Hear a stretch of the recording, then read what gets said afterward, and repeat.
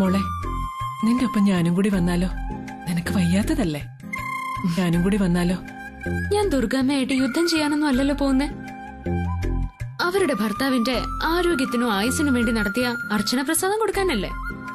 എന്നാലും ദുർഗേച്ചിയുടെ സ്വഭാവം വെച്ച് നിന്നോട് എങ്ങനെ പ്രതികരിക്കുന്ന അറിയില്ല. എന്റെ കൂടെ അമ്മയും കൂടി കണ്ട വളരെ നല്ല പ്രതികരണമായിരിക്കുമല്ലോ. എന്റെ അമ്മ ദുർഗാമ്മ വീട്ടിൽ നിന്ന് ഇറങ്ങുന്നതിന് മുമ്പ് എനിക്കവിടെ എത്തണം.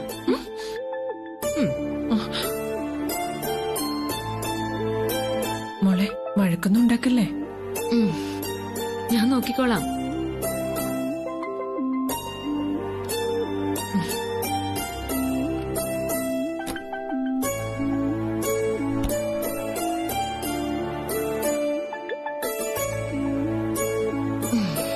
ശ്രദ്ധിച്ച്. ശരി അമ്മ, പോയിട്ട് വരാവേ. സൂക്ഷിക്കണേ.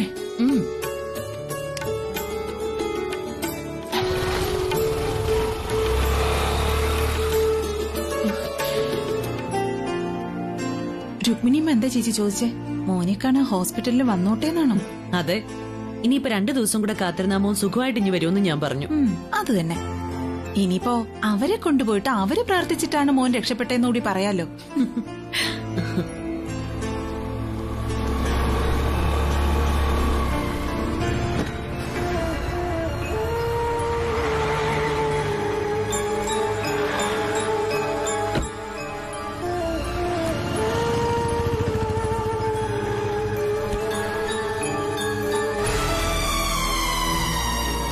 കൃഷ്ണപ്രസാദ് എഴുന്നേൽക്കാതിരിക്കുന്നതാണല്ലോ നിനക്ക് സന്തോഷം. അതെ, എന്നെ എന്റെ മോളെയും കുറെ കാലം തളർത്തി കിടത്തിയവനല്ലേ അവൻ. ദേ, നിങ്ങൾ വെറുതെ എന്നെ കൊണ്ടൊന്നും കൂടുതൽ പറയിപ്പിക്കരുത്. നമ്മുടെ താല്പര്യത്തിനും ആഗ്രഹത്തിനും അവൻ നിന്നില്ല എന്നുള്ളത് ശരിയാ. പക്ഷെ അവന്റെ ഇഷ്ടങ്ങൾ നമ്മൾ നോക്കണ്ടേ? സത്യം പറഞ്ഞാൽ എനിക്ക് പ്രസാദിനെ പോയൊന്ന് കാണണമെന്നുണ്ട്. മിണ്ടാതെ ഒരിടത്ത് ഇരുന്നോണം. ആളുകളുടെ കണ്ണിൽ പൊടിയിടാൻ ഞാൻ പോകുന്നുണ്ടല്ലോ, അത് മതി. ദുർഗയെ ആദിത്യനെ മാത്രമേ പ്രസാദിന്റെ അടുത്തേക്ക് വിടുന്നുള്ളൂ. അവന്റെ അനിയത്തെ പോലും കടത്തി വിടണ്ടെന്ന തീരുമാനം. അത് നിങ്ങളൊക്കെ ചേർന്നെടുത്ത തീരുമാനമല്ലേ? അതെ, വേറെയും ചില തീരുമാനങ്ങളൊക്കെ എടുത്തിട്ടുണ്ട്. കേൾക്കണോ? പ്രസാദ് ഹോസ്പിറ്റലിൽ നിന്ന് തിരിച്ചു വരും മുമ്പ് ഒന്നുകിൽ തുളസിയെ ദുർഗ ഏതെങ്കിലും ഒരുത്തിന്റെ തലയിൽ കെട്ടിവച്ചിരിക്കും. അത് നടന്നില്ലെങ്കിൽ നല്ലൊരു പെൺകുട്ടിയെ കണ്ടുപിടിച്ച് ആദിത്യന്റെ കല്യാണം ദുർഗ നടത്തും. എന്തായാലും പ്രസാദ് കിടക്ക വിട്ട് എഴുന്നേൽക്കുന്നതിന് മുമ്പ് ആദിയെയും തുളസിയെയും 2 വഴിക്ക് പിരിച്ചിരിക്കുമെന്നുള്ള കാര്യം ഉറപ്പാ.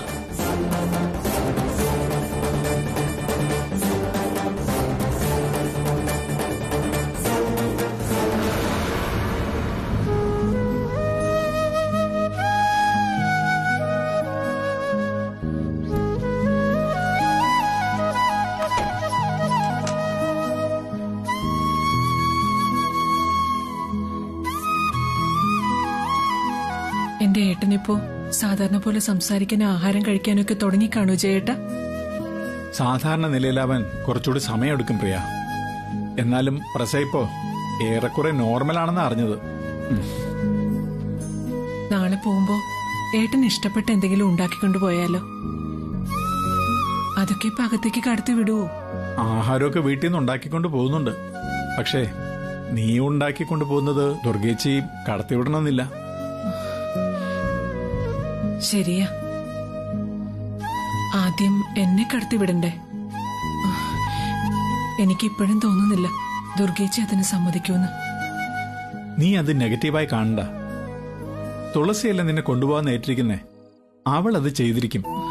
തർക്കവും തടസ്സവും ഒന്നുമില്ലാതെ എനിക്കെന്റെ ഏട്ടനെ ഒന്ന് കണ്ടാ മതിയായിരുന്നു. തുളസി അതിനുവേണ്ടി അവിടെ വഴക്കുണ്ടാക്കുമെന്ന എന്റെ പേടി. അവൾ എന്ത് വേണമെങ്കിലും ചെയ്യട്ടെ, നമ്മൾ അതിൽ ഇടപെടണ്ട. സ്വന്തം അച്ഛന്റെ അടുത്തെത്താൻ വേണ്ടി ഒരു മകള് സ്വന്തം അമ്മയുമായി തല്ലുകൂടേണ്ടി വരുന്നു എന്ന് കരുതിയാൽ മതി.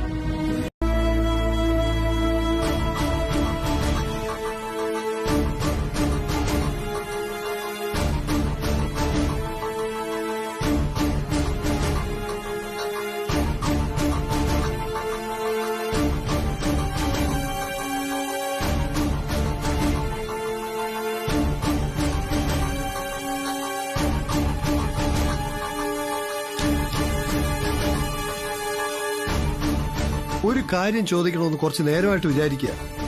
വല്ല മണ്ടൻ ചോദ്യമാണെങ്കിൽ എന്റെ വായിലിരിക്കുന്ന കേൾക്കാൻ തയ്യാറായിട്ട് ചോദിച്ചാ മതി. ചോദ്യം നിന്നെ ചൊടിപ്പിക്കും. എന്നാലും എന്റെ മനസ്സിന്റെ സംശയം തീർക്കാൻ വേണ്ടി ചോദിക്കുക. നീ പറഞ്ഞല്ലോ പ്രസാദ് എഴുന്നേൽക്കും മുമ്പ് ആദ്യം തുളസിയും തമ്മിൽ എന്നേൽക്കുമായി അകറ്റി വന്നു. അതിലെന്താ നിങ്ങൾക്കിത്ര സംശയം? മംഗളെ കൊണ്ടത് സാധിക്കില്ലെന്നാണോ? ഏയ് അതല്ല. നിന്റെ ശത്രു ശരിക്കും ആരാണെന്നാ എന്റെ സംശയം. അത് ഇതുവരെ നിങ്ങൾക്ക് ഉറപ്പിക്കാൻ കഴിഞ്ഞിട്ടില്ലേ? വെറുതെ അല്ല നാട്ടുകാര് നിങ്ങളെ പൊട്ടനെന്ന് വിളിക്കുന്നത്.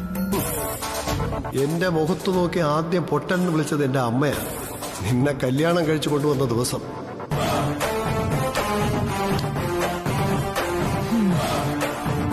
എന്റെ ശത്രു ദുർഗയ, ദേവമംഗലത്തിന്റെ അധിപയെന്ന് സ്വയം നടിച്ചു നടക്കുന്ന സാക്ഷാൽ കനകദുർഗ. പക്ഷേ അതിന്റെ പേരിൽ കഷ്ടനഷ്ടങ്ങൾ അനുഭവിക്കുന്നത് പ്രിയയും കുടുംബമല്ലേ മംഗളം? അതെന്റെ വിഷയമല്ല. മംഗളയ്ക്ക് ലക്ഷ്യമാണ് പ്രധാനം. അവിടേക്കെത്താൻ ഏതു വഴിയും ഞാൻ സ്വീകരിക്കും. ശാപത്തോടൊപ്പം നേടുന്ന വിജയം ശാശ്വതമല്ലാന്നും കൂടി ഓർക്കണം. ശാപം? പണ്ട് ഞാനും എന്റെ മോളും കരഞ്ഞപ്പോ ഞങ്ങളോടൊപ്പം കരയാൻ ആരും ഉണ്ടായിരുന്നില്ല. പിന്നെ എന്ത് ശാപം? ആരുടെ ശാപം? ദേ, ഇമാതിരി ചൊറിഞ്ഞ ചോദ്യങ്ങളുമായിട്ട് എന്റെ മുന്നിൽ വന്നേക്കരുത്. ഒരിക്കൽ കൂടി ഞാൻ ഉറപ്പിച്ചു പറയാം, എന്റെ ശത്രു ദുർഗ മാത്രം. അത് അന്നും ഇന്നും എന്നും.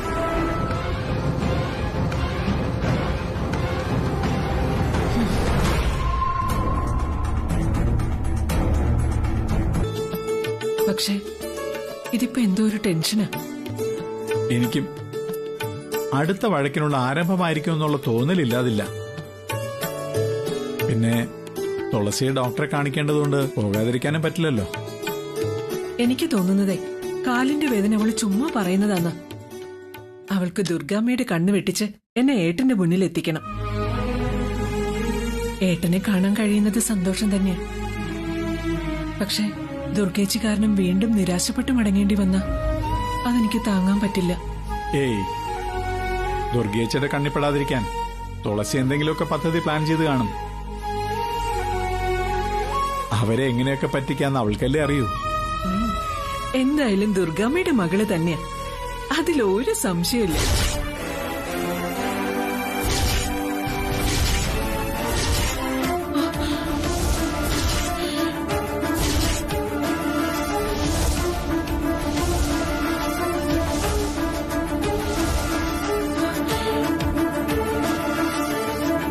അതെ, എനിക്ക് ദുർഗാമ്മയുടെ ബുദ്ധിയാണെന്ന് ഞാൻ തന്നെ പലപ്പോഴും പറഞ്ഞിട്ടുണ്ട്.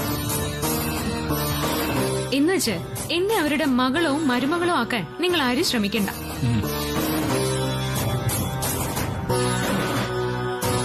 രണ്ട് ചീറ്റപ്പുലികളെ ഒരേ കൂട്ടിലിട്ടാ അത് രണ്ടും കടിച്ചു കയറി ചാവേ ഉള്ളൂ. എന്നെ കൊലക്കൊടുക്കാനുള്ള പദ്ധതിയൊന്നും ഇല്ലല്ലോ. ഏയ്, ഈ പുലിക്കുട്ടിയെ ഞങ്ങൾ ഞങ്ങളുടെ സുരക്ഷയ്ക്കായി വെച്ചിരിക്കയല്ലേ. ഇതിനെ ഞങ്ങൾ ആർക്കും വിട്ടുകൊടുക്കുന്ന പ്രശ്നമില്ല. അച്ഛനോക്കെയാ, പക്ഷേ ഈ അമ്മച്ചിയുടെ ഉള്ളിൽ എന്തൊക്കെയോ ഗൂഢലക്ഷ്യങ്ങളുണ്ട്. അത് ഈ മുഖം കണ്ടാൽ അറിയാം. അതെ, എനിക്ക് പല ഗൂഢലക്ഷ്യങ്ങളും ഉണ്ട്. അത് പൊളിക്കാൻ പറ്റുമെങ്കിലേ നീ പൊളിക്ക്. ഓഹോ, ചാലഞ്ചിങ് ആണോ? വേണ്ട മോളെ, തരത്തിൽ പെട്ടവരോട് മതി മത്സരം. ഇതിനുള്ളിൽ എന്തെങ്കിലും നിഗൂഢത ഉണ്ടെങ്കിലേ അത് ചൂഴ്ന്നെടുക്കാൻ തുളസിക്ക് നിമിഷങ്ങൾ മതി. ഒന്ന് പരീക്ഷ നോക്കുന്നോ?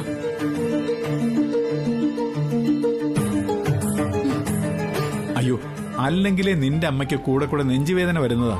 വെറുതെ അതിനുള്ളിൽ കയറി പരീക്ഷണം നടത്തല്ലേ മോളെ. എന്തൊക്കെയാ വിശേഷം? എന്ത് വിശേഷം ഏട്ടാ? ഇത്രയും ദിവസം ഏട്ടനെ ഒന്നും കാണാൻ പറ്റാത്തതിലുള്ള വിഷമത്തിലായിരുന്നു. സ്വന്തം കൂടെ പിറപ്പായിരുന്നിട്ടും ഒന്ന് കാണാൻ പോലും അനുവാദം ഇല്ലാത്ത വിധം നമ്മൾ അകന്നു പോയല്ലോ ഏട്ടാ. ഏയ്, എനിക്ക് നീ അകന്നുപോയ പോലെ ഒന്നും തോന്നിയിട്ടില്ലല്ലോ. കരയല്ലേ, നീ എന്റെ അടുത്ത് തന്നെ ഉണ്ടായിരുന്നു മോളെ.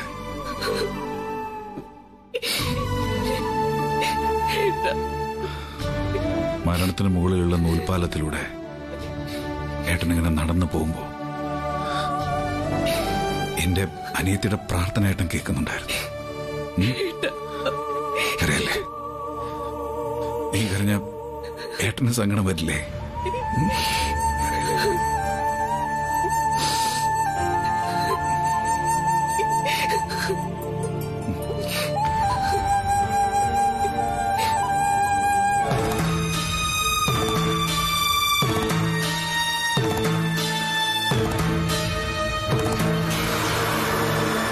അത് ശരി, മാമനപ്പൊ ബാക്കിയുള്ളവരുടെ പ്രാർത്ഥന ഒന്നും കേട്ടില്ല അല്ലേ? പിന്നെ കേൾക്കാതെ ആ നൂൽപാലത്തിലൂടെ എനിക്ക് നടക്കാൻ കഴിഞ്ഞത് തന്നെ നിന്റെ ജീവരക്തം മാമനെ തന്നോണ്ടല്ലടി ചക്കര. അല്ലേ, നീ മാരിയമ്മന്റെ മുമ്പില് കാൽമുട്ടിലടഞ്ഞ് യാചിച്ച് തിരിച്ചു വാങ്ങിയതല്ലേടി ഈ മാമന്റെ ജീവൻ. ഇതൊക്കെ പ്രസ എങ്ങനെ അറിഞ്ഞു? ഇതൊക്കെ ആദ്യം പറഞ്ഞതാ.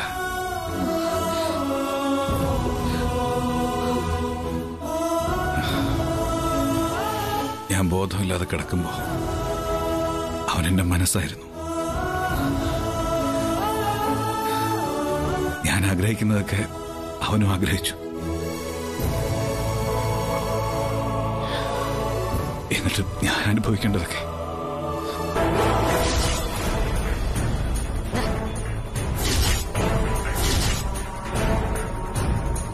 ക്ലിയർ ആവുന്നില്ല അപ്പച്ചി. ഇത് പ്രസാദ് മാമൻ, ഇത് ഞാൻ, അമ്മയും അച്ഛനും. വേണമെങ്കിലേ ഞാനിത് അപ്പച്ചിയുടെ ഫോണിലോട്ട് അയച്ചുതരാം. ചിലപ്പോ ദുർഗാമ്മ പറഞ്ഞ വിശ്വസിച്ചില്ലെങ്കിലോ? എന്നാൽ പോട്ടെ വലിയ അപ്പച്ചി. പൊടി കാന്താരി, ഇവളെ ഇന്ന് ഞാൻ കാണിച്ചു കൊടുക്കാം. അഹങ്കാരം പിടിച്ചവള് വച്ചിട്ടുണ്ടടി ഞാൻ.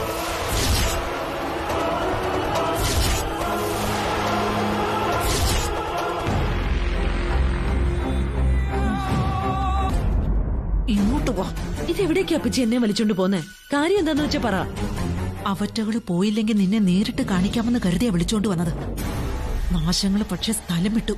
ആരാ അപ്പച്ചി? നിന്റെ നാത്തൂനും ഭർത്താവും മോളും.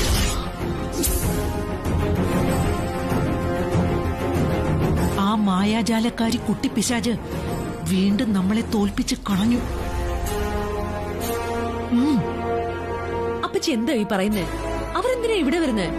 നിന്റെ ഭർത്താവിനെ കാണാൻ, അല്ലാതെ നിര. അന്ന് നീ അവരെ കരയിപ്പിച്ചാ വിട്ടതെങ്കിൽ ഇന്നവര് പോയത് ചിരിച്ചുകൊണ്ടാ.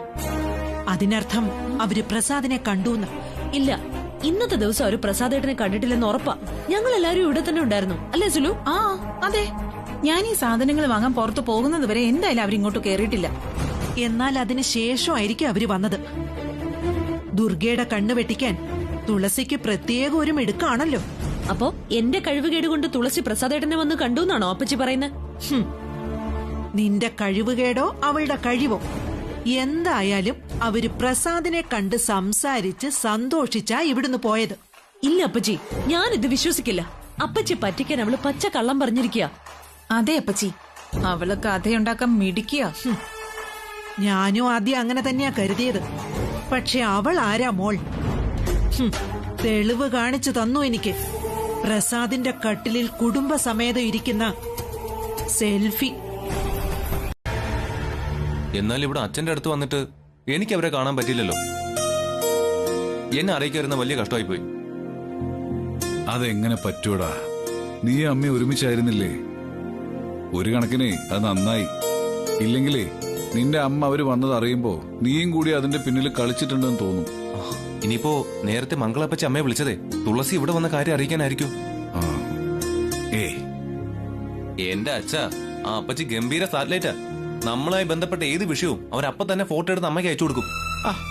അറിയുന്നെങ്കിൽ അറിയട്ടെ. എന്റെ പെങ്ങളും അളിയനും മരുമോളും വന്നത് എന്നെ കാണാനല്ലേ, അല്ലാതെ വേറൊന്നിനും അല്ലല്ലോ. നമ്മൾ എന്തിനാ ആവശ്യമില്ലാതെ ദുർഗയെ പേടിക്കുന്നത്? എങ്ങനെ? അച്ഛ അമ്മയെ പേടിക്കുന്നുണ്ടല്ലേ ഞാൻ വളർന്നത്.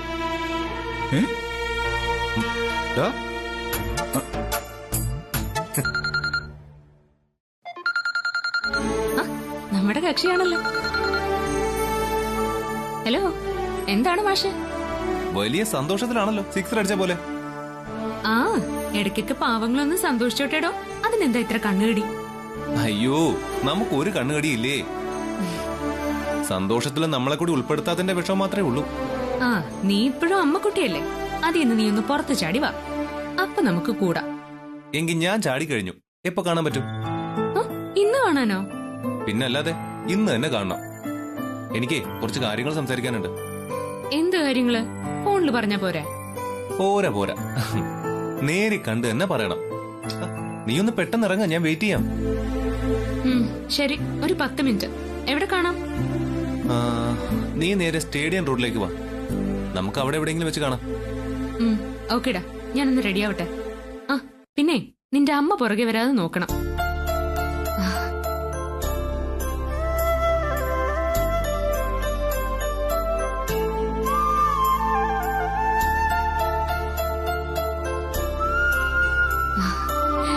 എന്തിനായിരിക്കും അവൻ വിളിക്കുന്നത്?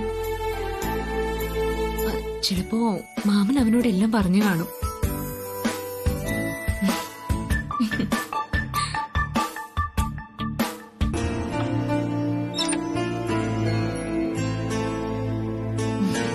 അതെ, ഒരാളെ കാണണമെന്ന് പറഞ്ഞ് വിളിച്ചു വരുത്തിയിട്ടേ ഇങ്ങനെ വട്ടം കിടക്കുന്നത് ശരിയല്ല. നീ കൂടിക്കാഴ്ചക്ക് ഓരോരോ പുതിയ സ്ഥലങ്ങൾ കണ്ടെത്തുകയാണോ? എടി, നമ്മൾ എവിടെ വെച്ച് കണ്ടുമുട്ടിയാലും അമ്മയുടെ ചാരമര ഒറ്റി കൊടുക്കുകയല്ലേ. അപ്പൊ നമ്മൾ ഒരുപടി കടന്ന് ചിന്തിച്ചല്ലേ പറ്റൂ. ഓ, പുരോഗതി ഉണ്ട്. അതിരിക്കട്ടെ, നീ എന്തിനാ എന്നെ അത്യാവശ്യമായിട്ട് കാണണമെന്ന് പറഞ്ഞേ? നിങ്ങളിന്ന് ഹോസ്പിറ്റലിൽ വന്ന് അച്ഛനെ കണ്ടുവല്ലേ? ആ, കണ്ടു. മാമൻ ഹാപ്പി അല്ലേ? അച്ഛൻ ഹാപ്പിയാ, പക്ഷെ ഞാൻ ഹാപ്പിയല്ല. എനിക്ക് അവിടെ വെച്ച് നിന്നെ കാണാൻ പറ്റില്ലല്ലോ. പക്ഷെ ഞാൻ നിന്നെ കണ്ടു, ദുർഗാമ്മയുടെ പെറ്റായിട്ട് അവരെ ഒട്ടി നടക്കുന്നത്. നീ എന്നെ ഒന്ന് വിളിച്ചു പറഞ്ഞിരുന്നെങ്കിൽ ഞാൻ അമ്മയെ ഒഴിവാക്കി നിങ്ങളോടൊപ്പം കൂടുമായിരുന്നല്ലോ. എടീ, ആന്റി അങ്കിളും നീയും കൂടി അച്ഛനെ കാണുന്നതും അപ്പോഴുള്ള അച്ഛന്റെ നിങ്ങളുടെ സന്തോഷം കാണാനും എനിക്കും വലിയ ആഗ്രഹമായിരുന്നു. അത് മിസ്സായി. ഞാൻ പക്ഷേ സന്തോഷ മുഹൂർത്തം നന്നായിട്ട് ആസ്വദിച്ചു. വീണ്ടും വീണ്ടും അത് കണ്ട് ആസ്വദിക്കാനായി സെൽഫി വീഡിയോസ് ഒക്കെ എടുത്തു വെച്ചിട്ടുണ്ട്. എവിടെ നോക്കട്ടെ. നിങ്ങളുടെ അപ്പോഴത്തെ സന്തോഷം അങ്ങനെയെങ്കിലും ഞാനൊന്ന് കാണട്ടെ. നിക്ക്, ഒരു മിനിറ്റ്. സത്യത്തിൽ അത് കണ്ടപ്പോ എന്റെ നെഞ്ച് തകർന്നു പോയി.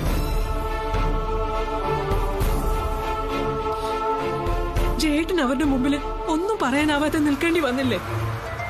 സാരമില്ല പ്രിയ, അവരിത് ആദ്യമായിട്ടൊന്നും അല്ലല്ലോ. പലതും ഓർത്ത് നമ്മൾ സഹിക്കുന്നതല്ലേ. എന്താച്ചാ ഇത്രമാത്രം ഓർക്കാനും സഹിക്കാനും ഉള്ളത്? എന്തിന്റെ പേരിലായാലും അവരുടെ മുമ്പിൽ മിണ്ടാതെ നിൽക്കേണ്ട കാര്യം അച്ഛനില്ല. പ്രതികരിക്കേണ്ടടുത്ത് അച്ഛൻ ഇനിയെങ്കിലും പ്രതികരിച്ചേ പറ്റൂ. പറഞ്ഞേക്കാം. മതിയടി, നിർത്ത്. നിനക്ക് ദുർഗേച്ചിയെ പോലെ വെട്ടൊന്ന് തുണ്ടൻ രണ്ടെന്നുള്ള സ്വഭാവം. ഞങ്ങൾ അതുപോലെ അല്ല. ആര് പറഞ്ഞു? ഇന്ന് ദുർഗാമ്മയുടെ മുഖത്ത് നോക്കി പഠിപ്പിച്ച് 2 വാക്ക് പറഞ്ഞല്ലോ. വൻമതിൽ കിട്ടിയാൽ അതും ചാടിക്കടക്കുന്നോ മറ്റോ? ദേ, ഈ സ്വഭാവം അമ്മ നേരത്തെ എടുത്തിരുന്നെങ്കിൽ ദുർഗാമ്മ എന്നെ നന്നായി പോയേനെ. അവരെങ്ങനെ വളർത്തിയത് അമ്മ തന്നെയാ. ദേ, ചേട്ടാ നിങ്ങളുടെ മോളോട് മിണ്ടാതിരിക്കാൻ പറയുന്നുണ്ടോ? ഇവളുടെ വർത്തമാനം കേട്ടിട്ട് എനിക്ക് BP കൂടി കൂടി വരിക. ഓ, ദേ അമ്മക്കുട്ടി, വെറുതെ ആവശ്യമില്ലാതെ ടെൻഷൻ അടിക്കല്ലേ. അന്ന് ഹോസ്പിറ്റലിൽ വെച്ച് ദുർഗാമ്മ വേലക്കാരിയെ പോലും ഐസിയുലേക്ക് കടത്തിവിട്ടപ്പോ സ്വന്തം സഹോദരിയെ തടഞ്ഞു വെച്ചത് മാത്രം ഒന്ന് ഓർത്ത് നോക്കിയാൽ മതി.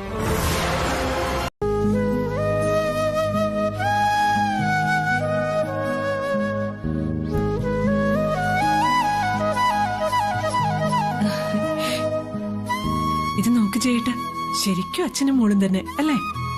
ഇപ്പോഴും ഞാനിത് ശ്രദ്ധിക്കുന്നു അല്ലേ? അത് അങ്ങനെ ഒരു സത്യം മനസ്സിലുള്ളതുകൊണ്ട് തോന്നുന്നതാ. തുളസിയെ കണ്ട നമ്മുടെ മോളല്ലെന്ന് ആരെങ്കിലും പറയൂ? കുശുമ്പാണല്ലേ? ഇങ്ങനെ തുടങ്ങിയാലേ എന്തെങ്കിലും മോളെ തിരിച്ചു കൊടുക്കേണ്ടി വന്നാ കൊടുക്കില്ലല്ലോ. നമ്മൾ കൊടുത്താലും അവള് പോവില്ല പ്രിയ. അതുകൊണ്ട് നഷ്ടപ്പെടലിന്റെ വേദന നമ്മൾ അനുഭവിക്കേണ്ടി വരില്ല. അപ്പോ പ്രസാദേട്ടന്റെ കാര്യമൊന്നും ആലോചിച്ചു നോക്ക്. പെൺകുഞ്ഞുങ്ങൾ എന്ന് വെച്ചാ പണ്ടേ ഏട്ടന് ജീവന. എന്നിട്ട് സ്വന്തം മകളെ ഒന്ന് താലോലിക്കാൻ പോലും അദ്ദേഹത്തിന് കഴിയുന്നുണ്ടോ? അങ്ങനെ നോക്കിയാൽ പ്രസയേക്കാൾ നിർഭാഗ്യം ഉണ്ടായത് നമുക്കല്ലേ പ്രിയ? പ്രസയ്ക്ക് വേണ്ടി തുളസിമോൾ എന്തൊക്കെ ചെയ്യുന്നു, എത്രമാത്രം അവൾ അദ്ദേഹത്തെ സ്നേഹിക്കുന്നു. മറ്റുള്ളവരുടെ കാഴ്ചപ്പാടിൽ തുളസി പ്രസയുടെ മരുമകളാണെങ്കിലും ഒരു മകൾക്ക് കൊടുക്കാവുന്ന എല്ലാ സ്നേഹവും തുളസിക്ക് കൊടുക്കാൻ പ്രസയ്ക്ക് സാധിക്കുന്നില്ലേ? എന്നാൽ നമ്മുടെ മകനും നമ്മളും തമ്മിലുള്ള അന്തരം നീ ഒന്ന് ആലോചിച്ചു നോക്ക്. ദുർഗേച്ചി ആദ്യമോനെ ഒരു തരത്തിലും നമ്മളിലെത്താത്ത വിധം കെട്ടിപ്പൂട്ടി വയ്ക്കാൻ നോക്കുകയല്ലേ? ആദ്യം കൊണ്ട് തുളസിയെ കല്യാണം കഴിപ്പിക്കണം എന്ന നമ്മുടെ ആഗ്രഹം പോലും ദുർഗേച്ചി എന്ത് വില കൊടുത്തും തടയും. അയ്യോ, അങ്ങനെയൊന്നും ചിന്തിക്കില്ല ജയേട്ട. ദുർഗേച്ചിക്ക് ഇതുപോലെ എല്ലാ കാലവും ജയിച്ചു കയറാൻ കഴിയണമെന്നില്ല. കാലം ഒരു നാൾ നമുക്കും നമ്മുടെ മക്കൾക്കും അനുകൂലമായിട്ട് വരും. എന്റെ പ്രസാദേട്ടൻ തന്നെ അതിന് വഴിയൊരുക്കും.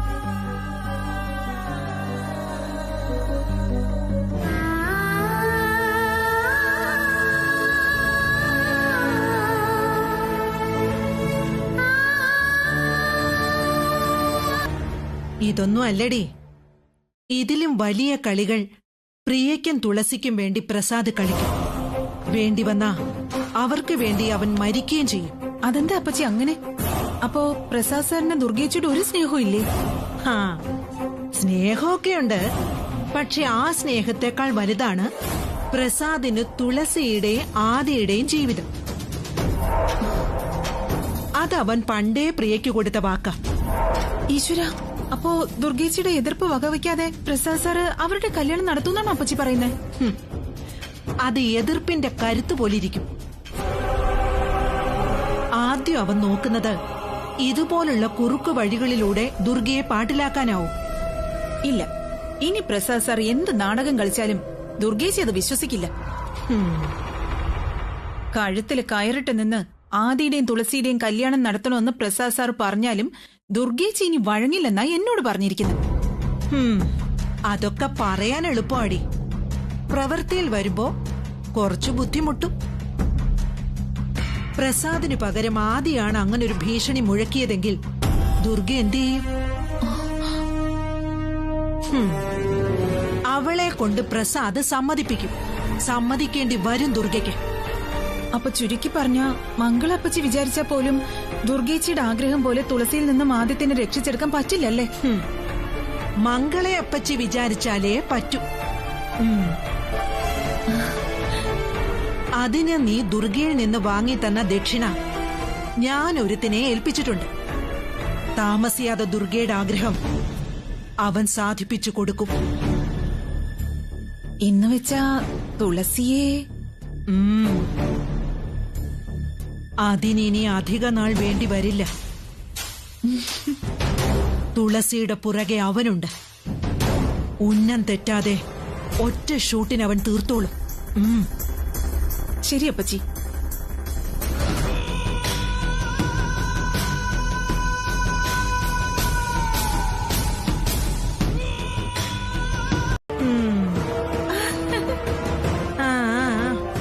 അയ്യോ, ആരാ ഇത്? മംഗളപ്പച്ചിയോ? ദേ, മംഗളപ്പച്ചിയെ കുറിച്ച് ഇപ്പൊ ഞാൻ പറഞ്ഞ ഫോൺ വെച്ചതേ ഉള്ളൂ. അപ്പച്ചിക്ക് 100 ആയുസ. 100 അല്ലടി, അതില് കൂടുതലും ഞാൻ പ്രതീക്ഷിക്കുന്നുണ്ട്. എന്താ, നിനക്കതില് വല്ല സംശയമുണ്ടോ? എനിക്ക് ഒരു സംശയമില്ല. അപ്പച്ചി 100 കഴിഞ്ഞാലും ഇതുപോലെ തന്നെ ഇരിക്കും. അയ്യോ, കൃഷ്ണന്മാരെ ദൈവം പന പോലെ വളർത്തുന്നാണല്ലോ. മംഗളെ അപ്പച്ചിക്ക് ചെയ്തു തീർക്കാൻ ഇനിയും ഒരുപാടുണ്ടടി. അതിന് ഞാൻ ഇനിയും ഒരുപാട് കാലം ഈ ഭൂമിയിൽ ഇരുന്നേ പറ്റൂ.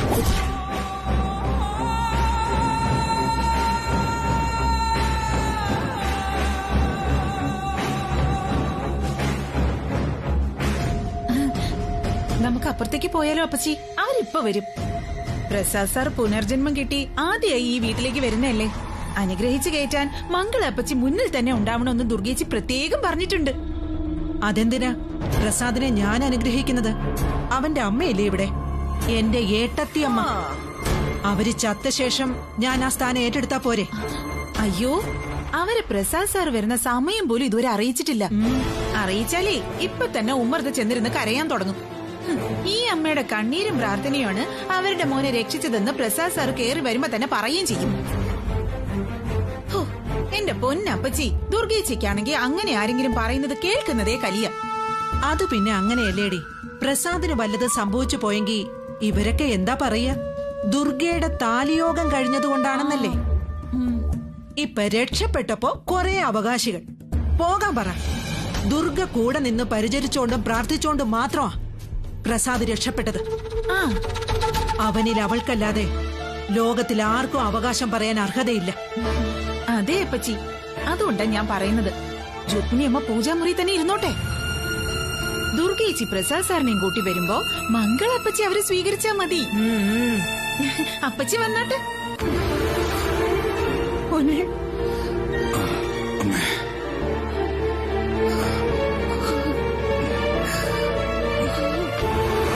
എന്താ ഓ മുത്തശ്ശി സൂക്ഷിച്ചു.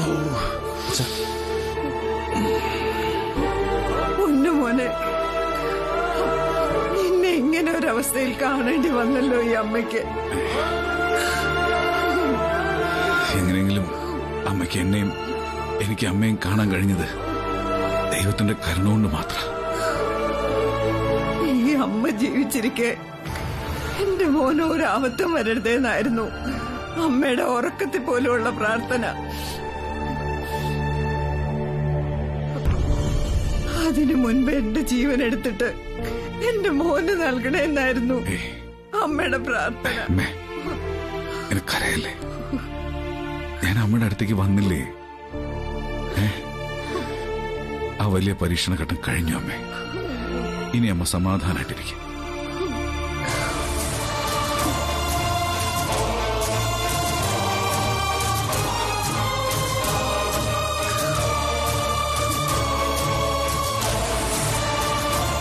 പ്രസാദേട്ടാ, അധികം സ്ട്രെയിൻ എടുക്കരുതെന്ന് ഡോക്ടർ പറഞ്ഞത് ഓർമ്മയില്ലേ?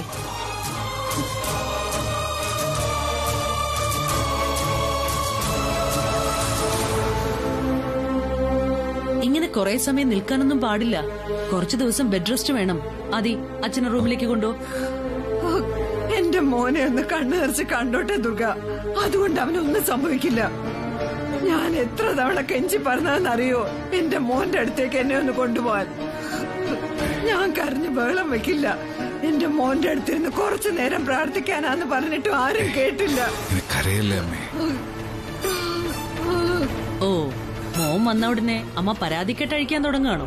അയ്യോ, പരാതിയൊന്നുമല്ല മോളെ, ഞാൻ എന്റെ സങ്കടം കൊണ്ട് പറഞ്ഞു പോയതാ. മുമ്പൊക്കെയോ നീ ഇവിടെ തന്നെ ഉണ്ടല്ലോ, അമ്മയ്ക്ക് അത് മതി. പോയി വിശ്രമിക്ക്. അച്ഛാ വാ.